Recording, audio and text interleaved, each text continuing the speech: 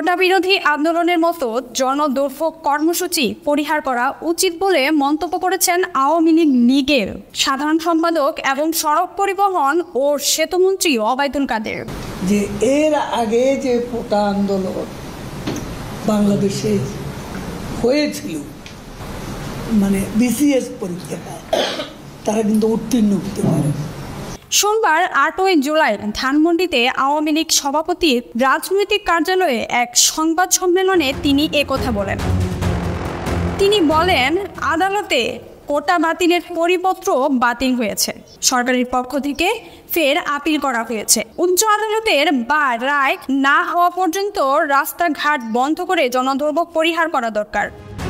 আওয়ামী লীগের সাধারণ সম্পাদক বলেন, দেশের উচ্চ আদালতে বিষয়টি বিচারাধীন। উচ্চ আদালতের রায় না হওয়া পর্যন্ত আমাদের অপেক্ষা করতে হবে।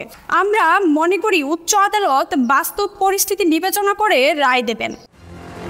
কোটা বিরোধী আন্দোলনে রাজনৈতিক ইস্যু যুক্ত হয়েছে উল্লেখ করে তিনি বলেন, বিএনপি এই আন্দোলনের উপর ভর করেছে, তারা সাপোর্ট করেছে। সাপোর্ট করা মানেই যুক্ত হয়ে যাওয়া। কারণ যুক্ত হয়েছে পুরো ষড়যন্ত্রের অংশ কি না সবকিছু সময় বলে দেবে। আমাদের ডিভাইসিভ পলিটিক্স, পোলারাইজ পলিটিক্স এখানে যুক্ত হয়ে গেছে। লিপিকা ফিরোজ, দৈনিক সকালের দুনিয়া।